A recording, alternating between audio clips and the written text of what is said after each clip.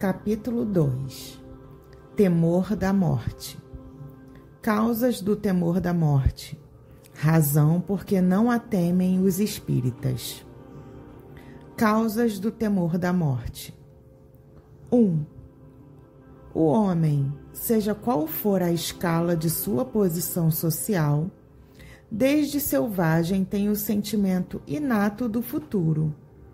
Diz-lhe a intuição que a morte não é a última fase da existência e que aqueles cuja perda lamentamos não estão irremissivelmente perdidos. A crença da imortalidade é intuitiva e muito mais generalizada do que a do nada. Entretanto, a maior parte dos que nele creem apresentam-se-nos possuídos de grande amor às coisas terrenas e temerosos da morte. Por quê? 2. Este temor é um efeito da sabedoria da providência e uma consequência do instinto de conservação comum a todos os viventes. Ele é necessário enquanto não se está suficientemente esclarecido sobre as condições da vida futura, como contrapeso à tendência que, sem esse freio, nos levaria a deixar prematuramente a vida e a negligenciar o trabalho terreno que deve servir ao nosso próprio adiantamento. Assim é que, nos povos primitivos, o futuro é uma vaga intuição, mais tarde tornada simples esperança e, finalmente, uma certeza apenas atenuada por secreto apego à vida corporal. 3. À proporção que o homem compreende melhor a vida futura, o temor da morte diminui. Uma vez esclarecida a sua missão terrena, aguarda-lhe o fim calma, resignada e serenamente. A certeza da vida futura dá-lhe outro curso às ideias, outro fito ao trabalho. Antes dela, nada que se não prenda ao presente, depois dela, tudo pelo futuro, sem desprezo do presente, porque sabe que aquele depende da boa ou da má direção deste. A certeza de reencontrar seus amigos depois da morte, de reatar as relações que tivera na terra, de não perder um só fruto do seu trabalho, de engrandecer-se incessantemente em inteligência, perfeição, dá-lhe paciência para esperar e coragem para suportar as fadigas transitórias da vida terrestre. A solidariedade entre vivos e mortos faz-lhe compreender a que deve existir na terra, onde a fraternidade e a caridade têm, desde então, um fim e uma razão de ser, no presente como no futuro. 4. Para libertar-se do temor da morte, é mister poder encará-la sob o seu verdadeiro ponto de vista, isto é, ter penetrado pelo pensamento no mundo espiritual, fazendo dele uma ideia tão exata quanto possível, o que denota da parte do espírito encarnado um tal ou qual desenvolvimento e aptidão para desprender-se da matéria. No espírito atrasado, a vida material prevalece sobre a espiritual. Apegando-se às aparências, o homem não distingue a vida além do corpo, esteja embora na alma a vida real. Aniquilado aquele, tudo se lhe é figura perdido, desesperador. Se, ao contrário, concentrarmos o pensamento, não no corpo, mas na alma, fonte da vida, ser real a tudo sobrevivente, lá estimaremos menos a perda do corpo, antes fonte de misérias e dores. Para isso, porém, necessita o espírito de uma força só adquirível na madureza. O temor da morte decorre, portanto, da noção insuficiente da vida futura, embora denote também a necessidade de viver e o receio da destruição total, igualmente estimula o secreto anseio pela sobrevivência da alma, velado ainda pela incerteza. Esse temor decresce à proporção que a certeza aumenta e desaparece quando esta é completa. Eis aí o lado providencial da questão. Ao homem não suficientemente esclarecido, cuja razão mal pudesse suportar a perspectiva muito positiva e sedutora de um futuro melhor, prudente seria não o deslumbrar com tal ideia, desde que por ela pudesse negligenciar o presente, necessário ao seu adiantamento material e intelectual. 5. Este estado de coisas é entretido e prolongado por causas puramente humanas, que o progresso fará desaparecer. A primeira é a feição com que se insinua a vida futura, feição que poderia contentar as inteligências pouco desenvolvidas, mas que não conseguiria satisfazer a razão esclarecida dos pensadores refletidos.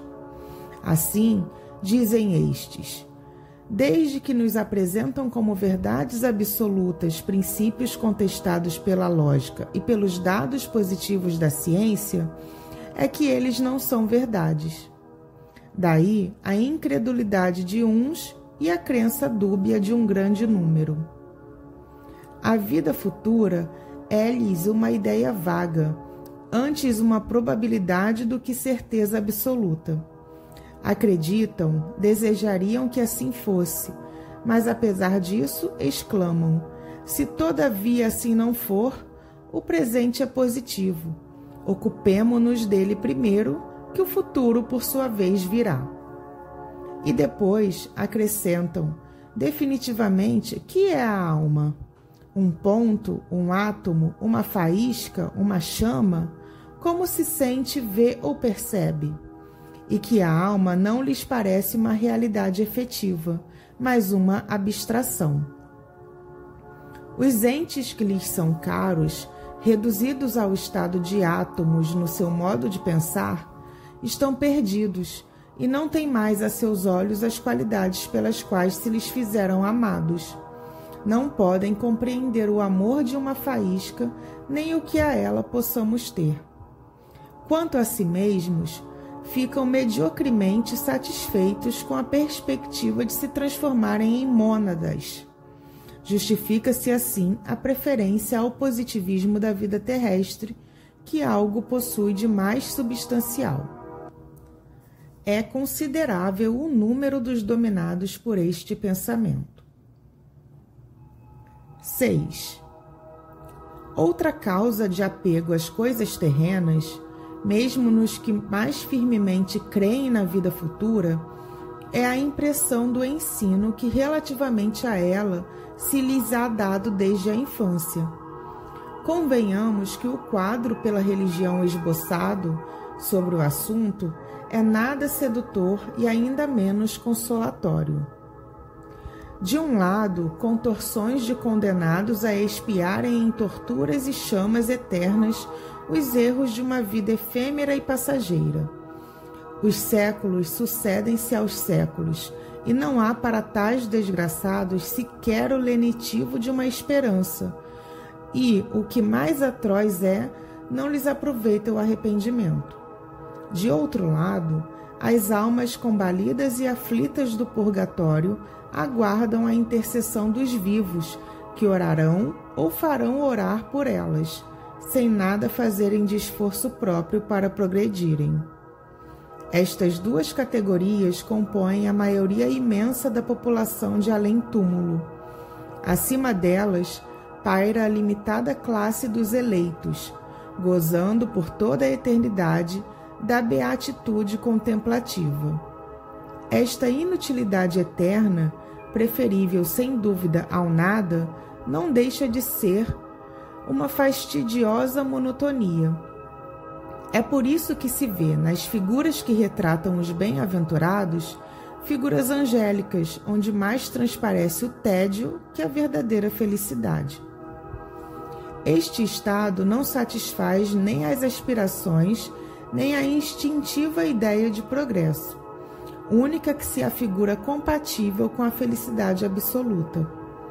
Custa crer que, só por haver recebido o batismo, o selvagem e ignorante, de senso moral obtuso, esteja ao mesmo nível do homem que atingiu, após longos anos de trabalho, o mais alto grau de ciência e moralidade práticas. Menos concebível ainda é que a criança falecida em tenra idade, antes de ter consciência de seus atos, goze dos mesmos privilégios somente por força de uma cerimônia, na qual a sua vontade não teve parte alguma. Estes raciocínios não deixam de preocupar os mais fervorosos crentes, por pouco que meditem. 7. Não dependendo a felicidade futura do trabalho progressivo na Terra, a facilidade com que se acredita adquirir essa felicidade por meio de algumas práticas exteriores e a possibilidade até de a comprar a dinheiro, sem regeneração de caráter e costumes, dão aos gozos do mundo o melhor valor. Mais de um crente considera, em seu foro íntimo, que assegurado seu futuro pelo preenchimento de certas fórmulas ou por dádivas póstumas, que de nada o privam, seria supérfluo impor-se sacrifícios ou quaisquer incômodos por outrem, uma vez que se consegue a salvação trabalhando cada qual por si. Seguramente nem todos pensam assim, havendo mesmo muitas e honrosas exceções, mas não se poderia contestar que assim pensa o maior número, sobretudo das massas pouco esclarecidas, e que a ideia que fazem das condições de felicidade no outro mundo não entretenha o apego aos bens deste, acoroçoando o egoísmo. 8. Acrescentemos ainda a circunstância de tudo nas usanças concorrer para lamentar a perda da vida terrestre e temer a passagem da terra ao céu. A morte é rodeada de cerimônias lúgubres, mais próprias a infundirem terror do que a provocarem a esperança. Se descrevem a morte, é sempre com aspecto repelente e nunca como sono de transição. Todos os seus emblemas lembram a destruição do corpo, mostrando-o hediondo e descarnado. Nenhum simboliza a alma desembaraçando-se radiosa dos grilhões terrestres. A partida para esse mundo mais feliz só se faz acompanhar do lamento dos sobreviventes, como se imensa desgraça atingira os que partem. Dizem-lhes eternos adeuses como se jamais devessem revê-los. Lastima-se por eles a perda dos gozos mundanos, como se não fossem encontrar maiores gozos no além-túmulo. Que desgraça, dizem, morrer tão jovem, rico e feliz, tendo a perspectiva de um futuro brilhante. A ideia de um futuro melhor apenas toca de leve o pensamento, porque não tem nele raízes. Tudo concorre, assim, para inspirar o terror da morte em vez de infundir esperança. Sem dúvida que muito tempo será preciso para o homem se desfazer desses preconceitos, o que não quer dizer que isto não suceda à medida que a sua fé se for firmando, a ponto de conceber uma ideia mais sensata da vida espiritual. 9. Demais, a crença vulgar coloca as almas em regiões apenas acessíveis ao pensamento, onde se tornam de alguma sorte estranhas aos vivos. A própria Igreja põe entre umas e outras uma barreira insuperável, declarando rotas todas as relações e impossível qualquer comunicação. Se as almas estão no inferno, perdida é toda a esperança de as rever, a menos que lá se vá ter também. Se estão entre os eleitos, vivem completamente absortas em contemplativa beatitude. Tudo isso interpõe entre mortos e vivos uma distância tal que faz supor eterna separação, E é por isso que muitos preferem ter junto de si, embora sofrendo, os entes caros, antes que vê-los partir, ainda mesmo que para o céu.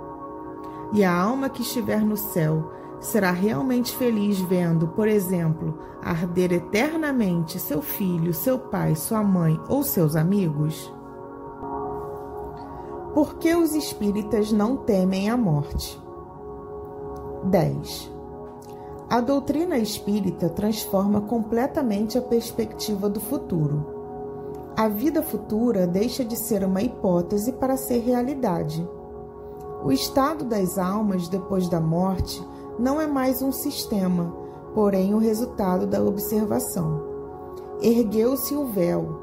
O mundo espiritual aparece-nos na plenitude de sua realidade prática. Não foram os homens que o descobriram pelo esforço de uma concepção engenhosa.